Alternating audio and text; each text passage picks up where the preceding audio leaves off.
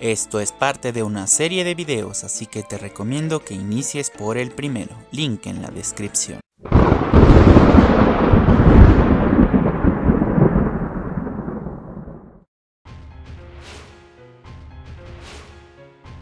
Mei, con el tono inflexible que le caracteriza, le dice a Matsuri que no tiene permitido estar en la escuela. Matsuri, de manera cínica, le responde: ¡qué cruel! ¿Vas a regañarme? Aun cuando estuve esperándote en el frío. Mientras se va acercando a Mei, y cuando logra tomarle la espalda, continúa diciendo que ella también quiere darle calor como lo hizo Yuzu en aquella parada de autobús. Es entonces que Matsuri comienza a toquetearle el muslo a Mei. Mientras, de manera muy concisa, le sigue llamando zorra. Mei, tratando de mantener la calma, le pregunta a qué vino. Matsuri responde que le trajo un regalo y procede a mostrarle la foto del beso que le dio en el estacionamiento. Mei vuelve a cuestionar a Matsuri sobre qué quiere y Matsuri le reitera su deseo de no quererla cerca de Yuzu. Pero, ya que Mei decidió ignorar a Matsuri, el demonio rosa decidió conseguir a alguien para la solitaria Mei. Entonces, al tiempo que Matsuri le va dejando su teléfono de trabajo en sus zapatos, le explica que mañana en Navidad verá a su amigo al que le manda mensajes para que le haga compañía y deberá recibir el dinero en efectivo. Pero que, si no le parece, tal vez y solo tal vez le termine mandando la foto a alguien especial. Por cierto, amo el detalle de que la Sabu nos comparte un poco del proceso de pensamiento de Mei al enfocarnos en dos paneles, el casillero de Yuzu y la foto familiar de los Aihara. Bueno, sin mucha opción, Mei toma el celular ante la maligna sonrisa de Matsuri. Ya habiendo aceptado su destino, la bruja de ojos amatista le dice que Yuzu ya no es la misma de antes, a lo que el demonio Rosita responde que está bien, ya que después de todo, ella es su hermana mayor. El capítulo termina con Yuzu fracasando en sus intentos de hacer el pastel de Navidad. ¿Qué te digo? Esta escena final es impecable en todos los sentidos. Primero, se jugó efectivamente con todos los elementos que se nos introdujeron junto a Matsuri en el primer capítulo del tomo. Segundo, es verosímil la resolución a la que llegó Matsuri tras sus interacciones con ambas hermanas Aihara. Y si bien la situación en la que se encuentra Mei me parece bastante crítica, no me parece para nada descabellada la manera en la que llegamos acá, teniendo en cuenta todo lo que sabemos de Matsuri hasta el momento. Ahora, tristemente no puedo evitar sentir una espinita clavada porque sigo pensando que todo este desastre se hubiera evitado si Yuzu no fuera la mono neuronal que fue durante todo el tomo. Para colmo, tampoco puedo evitar sentir que entre más avanzan los acontecimientos del arco de Matsuri, empeora cada vez más la conversación en la parada de autobús, haciendo que, como ya te lo dije en el video anterior, me termine condicionando para el resto del tomo. Ahora, reitero, esta escena final sublime, magnífica, 10 de 10 Sabu. La manera en la que Matsuri puso entre la espada y el precipicio a Mei fue ¡mua!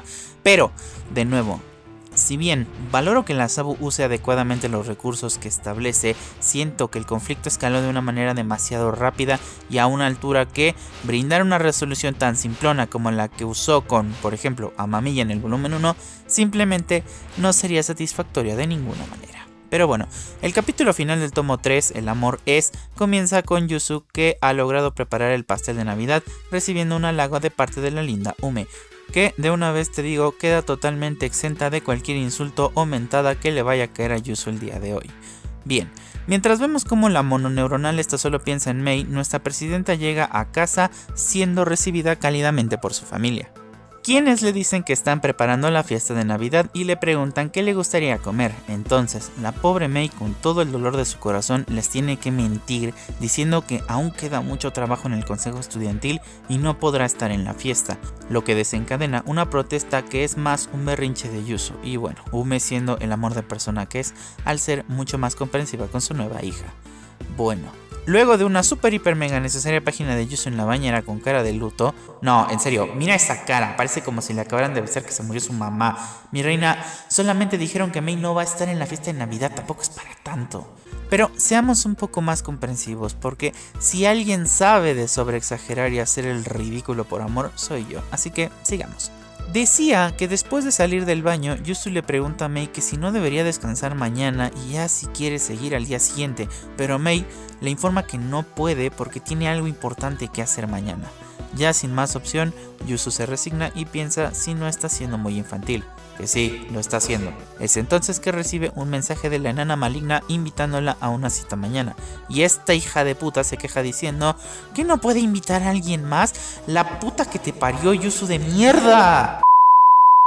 Ok, tranquilidad.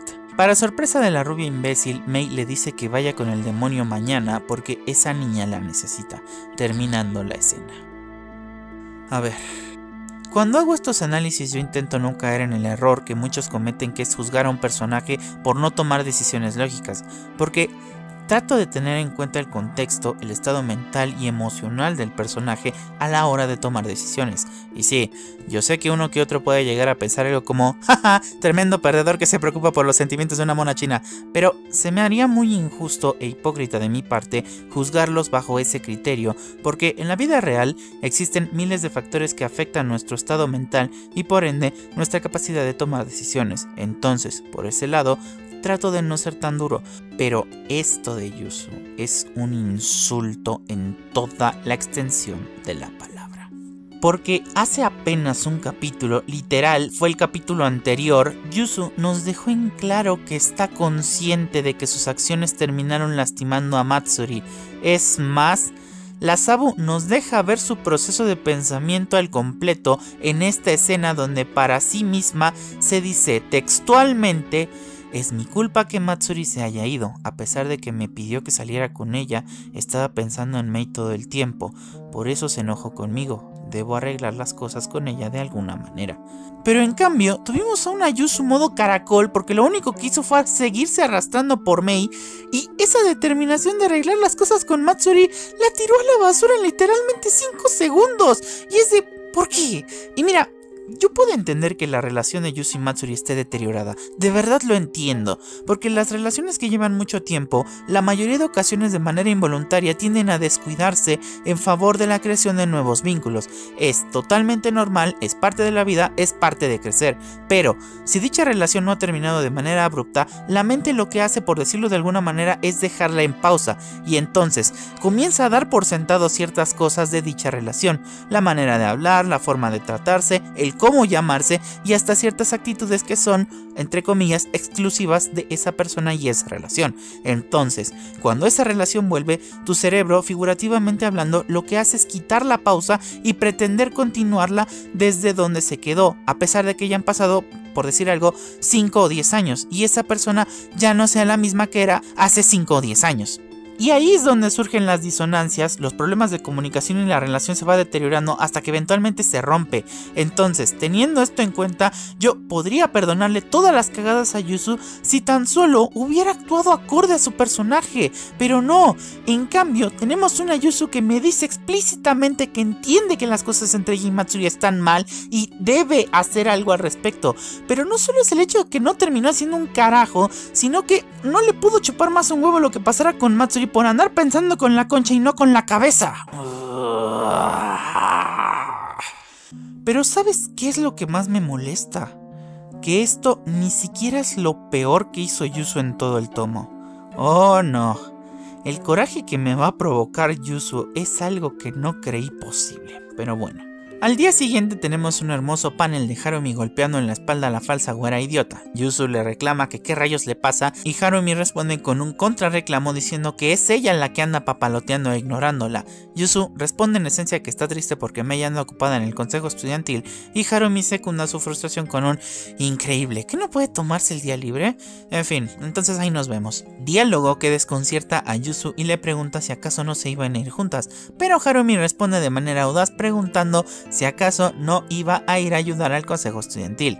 Entonces, Yusu con una determinación renovada está lista para ir a ver en qué puede ayudar, pero justo es embestida con un abrazo cortesía de la Pinkie Pie versión Satanás, diciendo que como la dejó en visto decidió ir personalmente a ver a Yusu.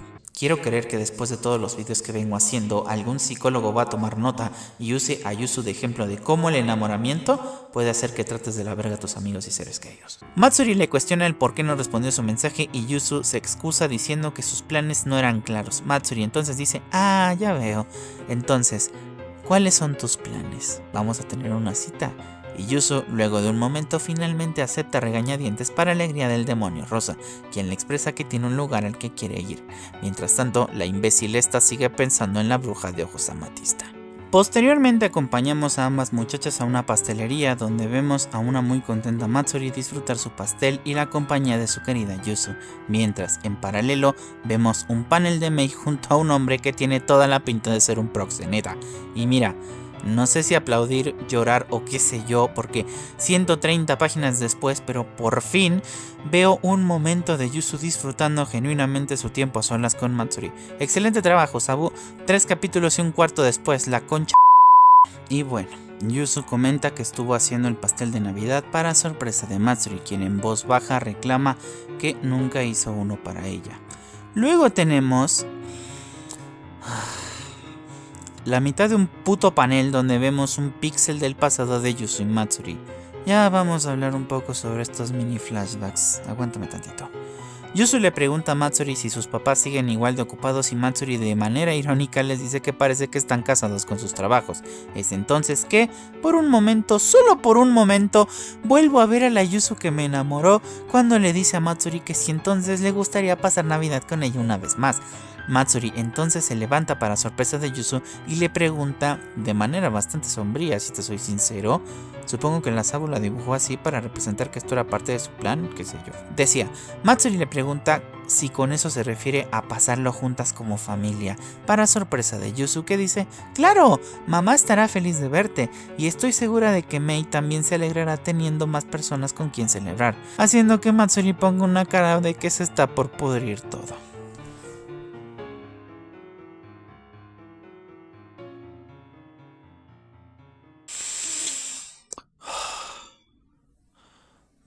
Matsuri, ya harta de que Mei sea lo único que Yuzu trae en la cabeza, le dice que hablando de su querida Mei, hace rato la vio con un hombre y que seguramente se ha de estar divirtiendo de lo lindo esta Navidad para desconcierto de Yuzu. Es entonces que, efectivamente, se termina de pudrir todo cuando Matsuri prácticamente le confiesa lo que hizo, agregando que Mei no es como Yuzu piensa. No es tan seria ni estudiosa, sino una maldita a la que no le importa nada y que lo mejor será que se olvide de Mei y que solo la mire a ella. Ahí es cuando Yuzu recuerda las palabras de Mei y mientras la rata aprieta el puñito de rabia, se levanta y le dice a Matsuri que se vayan para que se disculpe. Matsuri pregunta con quién y Yuzu enojada le responde que con la persona que más se preocupó por ti, y cito textualmente lo siguiente: ella es la razón por la que salió hoy contigo y la que de verdad estaba preocupada por ti. Paciencia. Matsuri se enoja al escuchar esto y también procede a gritar diciendo que eso sería hacer lo que Mei quiere que haga y que no piensa perder contra ella, no contra alguien tan vacía. Y al oír eso, Yuzu procede a meterle un cabezazo que, si se lo merece o no, eso lo voy a dejar a tu criterio. Y termina diciendo, las personas no son como los videojuegos, no se trata de ganar o perder, no seas inmadura. En serio, inmadura. Dime con qué derecho lo dices tú, maldita pedazo de... Vemos a Yuzu intentando comunicarse con Mei. Esta última responde la llamada, pero se cuelga inmediatamente preocupando a Yuzu. Pero a la página siguiente vemos a Mei respawnear así, como si siempre hubiera estado ahí, y le dice con toda la tranquilidad del mundo: lo siento, la verdad es que no sé cómo usar esto y se cortó. Mira, Mei, esa excusa te la podría pasar si fuera un smartphone, pero un celular de esos antiguos que tienen sus botones perfectamente marcados, eso ya será un estúpido. Y bueno, la estúpida esta, para variar, se pone a llorar y va y abraza a Mei, que otra vez está dibujada muy graciosamente. Y bueno, la Prezi ve a la distancia a Matsuri y ya por fin terminamos esta horrible escena. Y antes de que me digas, yo sé que falta la parte del tren, pero digamos que acá ya terminó el conflicto propiamente dicho. Así que, ¿qué te digo? Esta escena engloba todo lo que está mal con Yuzu en este tomo. A ver, comencemos con lo que más me hizo enojar. ¿Con qué cara se atreve esta hija de puta a decirle que no sea inmadura? Si la inmadura, negligente y tarada ha sido ella en todo el tomo. Literal, amigo, la causante de todos los problemas en el volumen 3 ha sido Yuzu. Y con razón. ¿Cómo se le ocurre decirle que la que de verdad se preocupó por Matsuri es Mei? O sea, amiga, ya mejor miéntale a la madre y hablo en serio.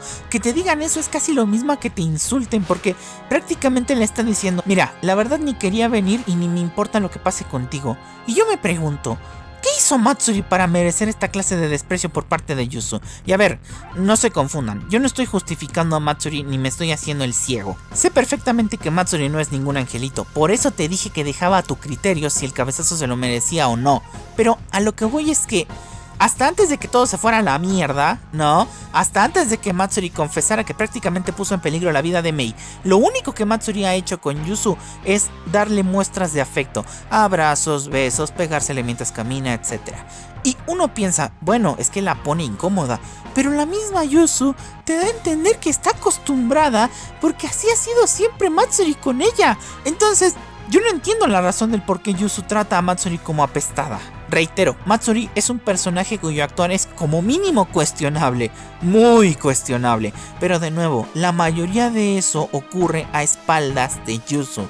Entonces, yo no entiendo de dónde nace tanto desprecio de Yuzu hacia Matsuri. Y perdón si parece que le tengo rencor a Yuzu y por eso solo le ando pegando, pero es que nadie más ha hecho algo malo. Onda, Matsuri está cumpliendo plenamente su papel como antagonista y todas las acciones que ha hecho, reprobables o no, son en consecuencia de la inacción de la misma Yuzu. Mei, independientemente de si pensamos que debería tener un rol más activo o no, sus acciones han sido coherentes y acordes con el personaje de Mei. Entonces, perdón, pero la única deficiente aquí es Yuzu. En fin. Luego de todo el quilombo que se armó, vemos a las tres muchachas regresando en tren y gracias al espíritu saborotisco que Yuzu está durmiendo. Así deja de fastidiar un rato. Mei le pregunta a Matsuri, ¿qué tal? ¿Tuviste una Navidad divertida? Y Matsuri solo le dice que no se burle y que la deje en paz. Continúa diciendo que para ella es game over porque seguramente Yuzu la odia y que Mei le robó por completo su papel como hermana menor y que debería encontrar a alguien más que solo tenga ojos para ella. Es entonces que Mei adquiere un nuevo valor como personaje y le dice que le recuerda un poco a ella. Siempre quiso ser amada, pero odiaba a todos a su alrededor y cerró su corazón. Para cuando se dio cuenta, estaba vacía. Matsuri hace énfasis en esa palabra, vacía. Mei continúa diciendo, sí, pero en este mundo existe gente molesta que compartirá su amor con nosotras sin que se lo pidamos, y encontrar una persona así es encontrar la felicidad. Matsuri le dice a Mei que fue muy imprudente. ¿Qué tal si el tipo no aceptaba o no? Y Mei dice que estaba preparada para eso. Y Matsuri se altera diciendo que pudo haber sido asesinada por un pervertido. Mira, Matsuri, creo que ya es un poco tarde para preocuparte de lo que le hubiera podido pasar a Mei, ¿no? Hasta hace unos minutos no te había importado un carajo haberla puesto en ese riesgo. Un poco de coherencia interna también tú.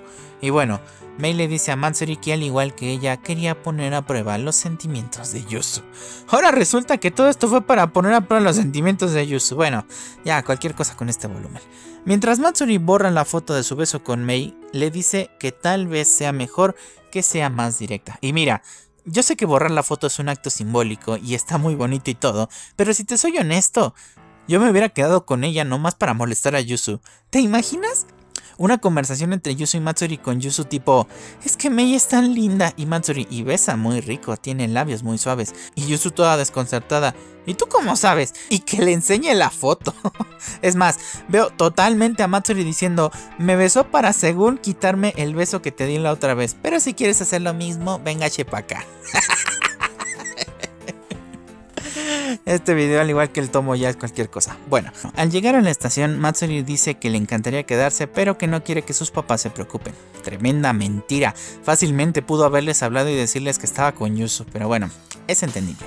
Matsuri le dice a Yuzu que como compensación por haberle causado problemas, le va a dar un regalo, diciéndole que puede que Mei tenga cara de tonta, pero que de verdad le gusta a Yuzu. Pero que le gusta como hermana, esbozando una sonrisa burlona. Pinche demonio rosa es la mamada. Ya anda full modo hermana menor molestando a la hermana mayor. En fin, Matsuri les agradece por haber jugado con ella y las llama hermanas mayores, dando a entender que aceptó a Mei por completo. Les desea que se diviertan juntas esta noche y después hagan un trío. Hija de puta.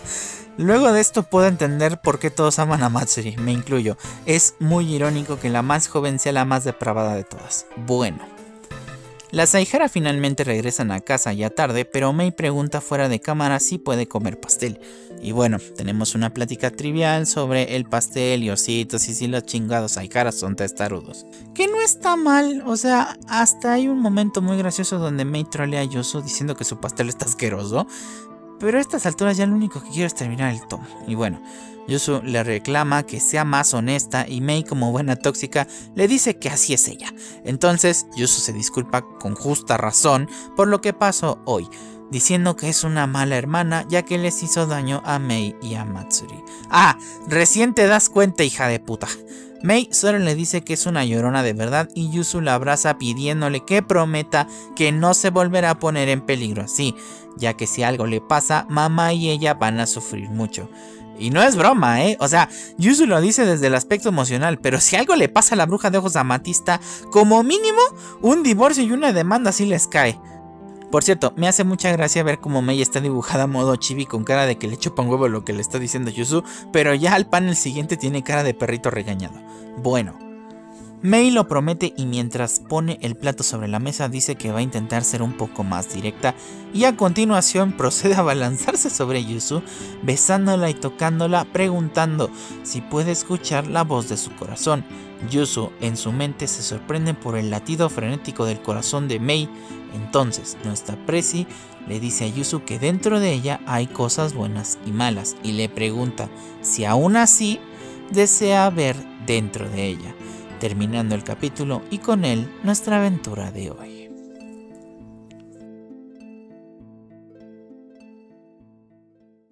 El volumen 3 es el peor, pero irónicamente no es culpa de su antagonista, sino que la mayor parte de la responsabilidad de este desastre es de Yuzu.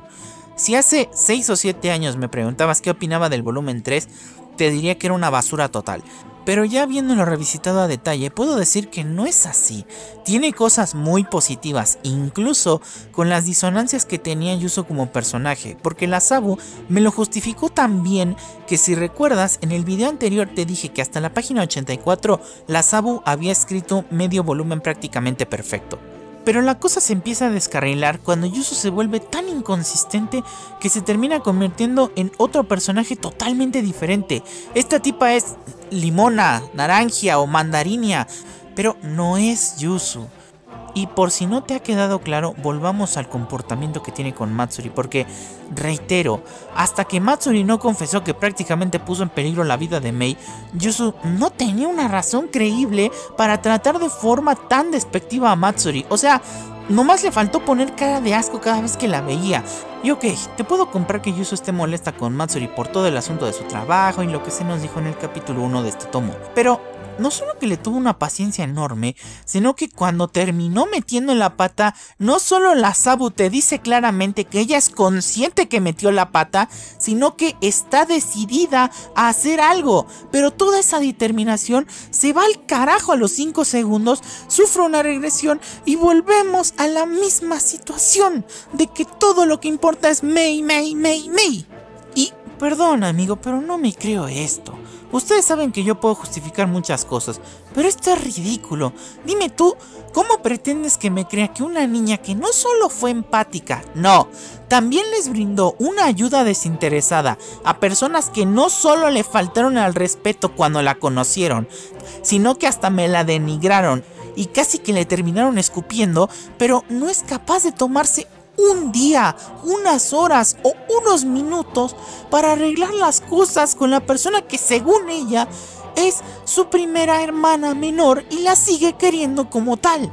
Y ese es mi problema con el tomo 3, porque creo yo que el actuar de Mei y Matsuri en el tomo fue prácticamente perfecto, pero no podía evitar pensar que nos hubiéramos ahorrado mucho drama a lo tarado si Yuzu se tomaba un puto día para hablar con Matsuri y hacerle entender que Mei ya no era la persona que ella cree que es. Porque sí, la lectura que hace Matsuri sobre Mei sería correcta si habláramos de la Mei del volumen 1 o 2 antes de que regresara su papá.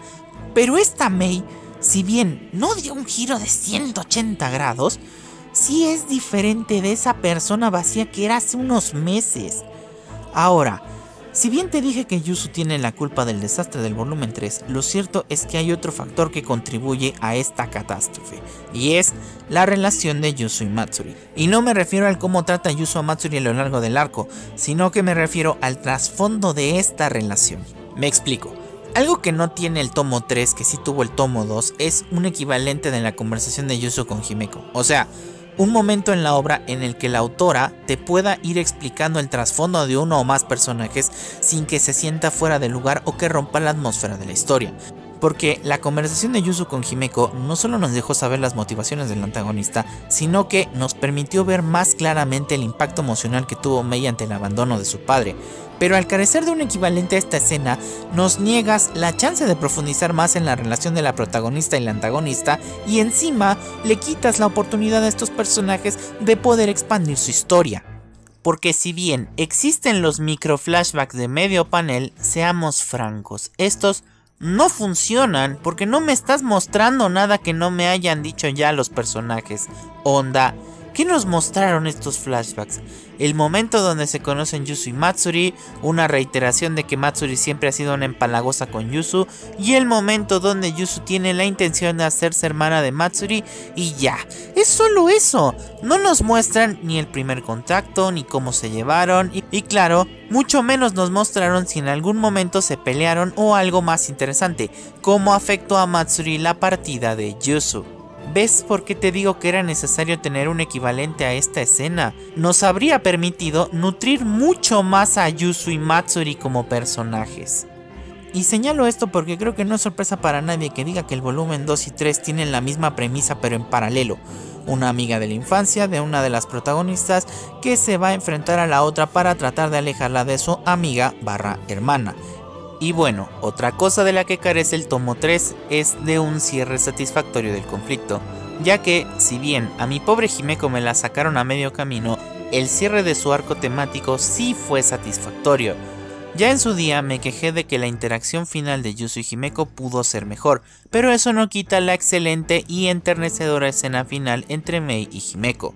Cosa que con Matsuri no tuvimos, o sea, no es que la escena del tren esté mal, pero definitivamente necesitábamos una escena emocional entre Yuzu y Matsuri. Y sí, puede que algunos piensen que no era necesario porque realmente no estaban peleadas, pero tampoco Himeko y Mei lo estaban, así que sinceramente creo que cualquier excusa sale sobrando.